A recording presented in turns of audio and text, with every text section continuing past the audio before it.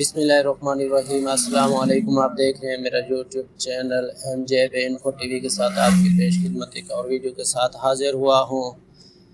खुशखबरी पंजाब के तालीमी इदारों के तलबा व उस्ताज़ा के लिए बड़ी खबर सामने आ गई है। हुकूमत पंजाब ने ईद उल फितर की छुट्टियों का ऐलान कर दिया है और इसका बाज़ाब्ता नोटिफिकेशन भी जारी कर दिया गया है। पंजाब भर के सरकारी व निजी स्कूल, कॉलेज और यूनिवर्सिटीज़ में 28 मार्च से 2 अप्रैल तक 2015 तक ईद उल फितर की छुट्टियां होंगी। इस फैसले से लाखों तलबा और उस्ताज़ा को ईद की खुशियों को भरपूर तरीके से मनाने का मौका मिलेगा। ये ऐलान हुकूमत पंजाब की जानिब से किया गया और इसका बाज़ाब्ता नोटिफिकेशन भी जारी कर दिया है। तमाम तालीमी इदारों को इस फैसले पर अमल दरामद करने की हिदायत की गई है।